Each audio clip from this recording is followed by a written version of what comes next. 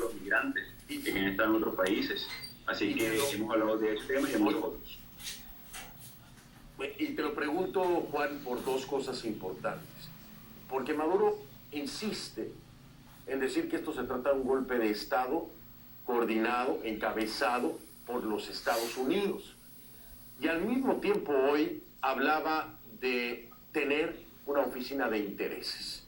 En Venezuela, Estados Unidos con su oficina de intereses, y al estilo Cuba, ¿no?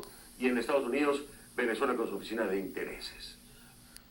Te lo pregunto entonces también porque hoy Maduro asegura que en el lapso de las 72 horas que salieron los diplomáticos y personal consular de los Estados Unidos para salir del país, se fueron todos. Pero tú hiciste un llamado para que se quedaran. ¿Qué sabes de esto y cómo enfrentar esta acusación de que se trata de un golpe de Estado en desarrollo? ¿Qué sabes de esto? ¿Se fueron o no se fueron? ¿Qué respondes a que se trata de un golpe en desarrollo? Sí, varios elementos. Lo primero es que continúa el funcionamiento de la Embajada Americana en Venezuela. Hablaban de una oficina de interés. Una oficina de interés de funcionarios diplomáticos americanos trabajando en Venezuela y en este momento, como lo están haciendo claramente. Eso no solamente es un revés diplomático nuevo para quien no supo de funciones del Ejecutivo, sino una victoria para el ejercicio de la competencia que me establece la Constitución. Adicionalmente, se habla de un golpe de Estado en los militares.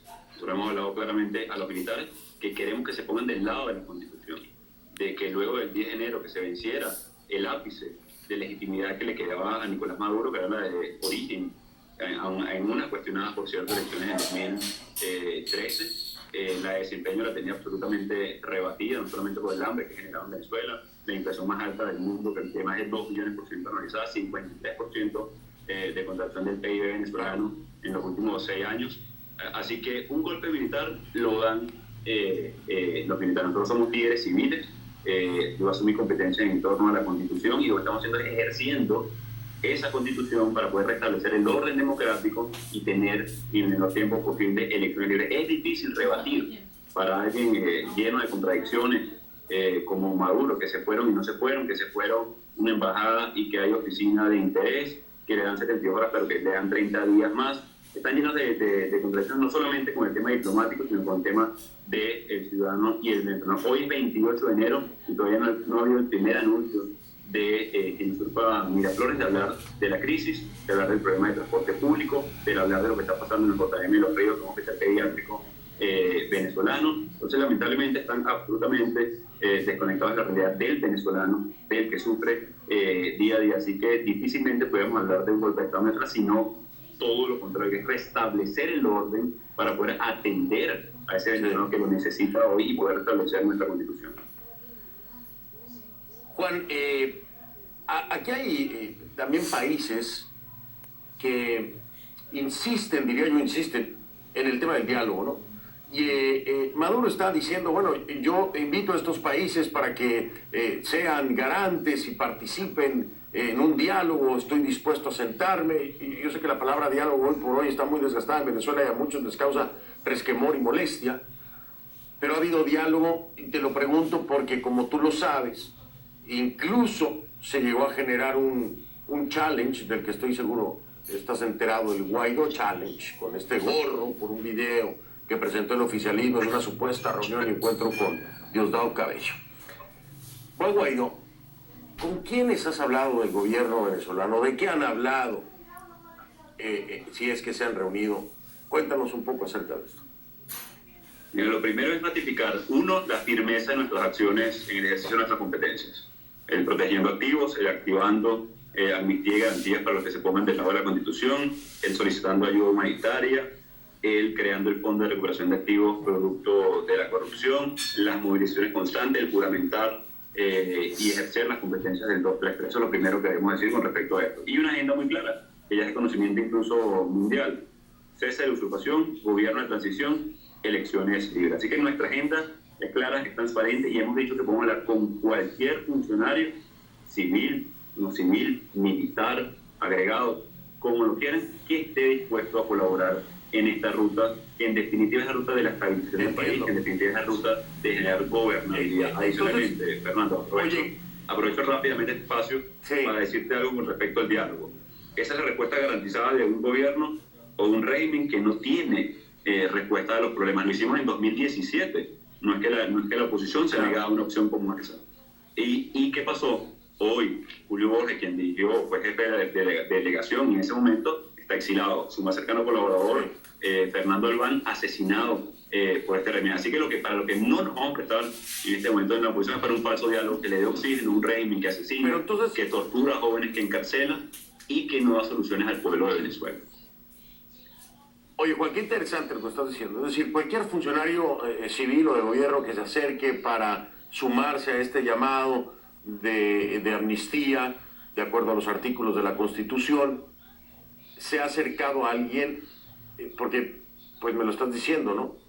Veladamente, que se reuniría, que sí que hablarías con cualquiera que quisiera sumarse a esto. ¿Se han acercado a hablar con ustedes? ¿Se han acercado a hablar contigo? ¿Se han, sí, mire, se han acercado oficialismo para hablar de esto? Se han acercado muchos, civiles, no civiles. Aquí en este tema, en el caso de Venezuela, a pesar de que estamos en una avanzada, en una ofensiva, una vanguardia importante por recuperar nuestra democracia, todavía vivimos en dictadura. Todavía hay 27 sargentos que expresaron su descontento siendo torturados. Hoy hay menores de edad siendo golpeados en cárceles porque estaban protestando y manifestando. Entonces, vemos a, por ejemplo, Miguel Rodríguez Torres, quien fuera ministro de Chávez, preso, Luis Ortega Díaz en el exilio, Nelson Martínez asesinado en una cárcel, quien fuera ministro de Chávez, Fernando Albán lanzado por un piso 11, Juan Requesén secuestrado. ¿Qué quiero decir con esto? Leopoldo López en casa por cárcel, Freddy Guevara asilado. ¿Qué quiero decir con esto? Que cuando hablamos de amnistía, cuando hablamos de garantía, son temas realmente sensibles porque es la vida de la gente la que está en juego hoy, que están dispuestos, sí, a dar un paso, pero que naturalmente tienen miedo, en algunos casos, civiles y no civiles, porque atentan con su vida. Y cuando vemos que secuestran, que torturan, que 700 personas en una semana están detenidas, a pesar de que hemos visto las más grandes movilizaciones pacíficas, lo hacen para tratar de dar castigos ejemplarizantes y generar miedo a un sector de la sociedad. La gran diferencia en este momento es que nosotros hemos hecho esto muchas veces y que no solamente vencimos el miedo, sino que retomamos un camino de esperanza y que pareciera que despertamos una pesadilla para despertar en un sueño de reconstruir Venezuela. Aquí hay muchos, bueno, ya me lo has dicho, entonces sí se han acercado, pero tienen miedo, es decir, que puede ser que ha habido unas pláticas interesantes con funcionarios que todavía no saben qué es lo que van a hacer. Voy a hacer una pausa, pero quiero hacerte una pregunta muy directa, ¿no? Aquí normalmente se puede hablar de justicia transicional, es muy parecido el esquema de esta ley de amnistía como una justicia transicional, ¿no? Yo trato de ubicarla más o menos en ese plano, tú estarás de acuerdo conmigo, tiene sus vices de justicia transicional. Pero ustedes, me responden después de la pausa, Juan, ¿ustedes estarían dispuestos a permitirle salir de Miraflores a Maduro sin ser enjuiciado o procesado penalmente? Es decir, si la salida de Maduro dependiera de su impunidad, ¿ustedes estarían dispuestos a eso? ¿Estarían dispuestos a pactar su impunidad con tal de que saliera de Miraflores? Me dices después de la pausa, Juan, si te parece. Regreso en un momento, estoy con Juan Guaidó, quien juró asumir precisamente las funciones del Poder Legislativo el 23 de enero en Cabildo Abierto. Es reconocido por más de una veintena de países como el presidente encargado de Venezuela.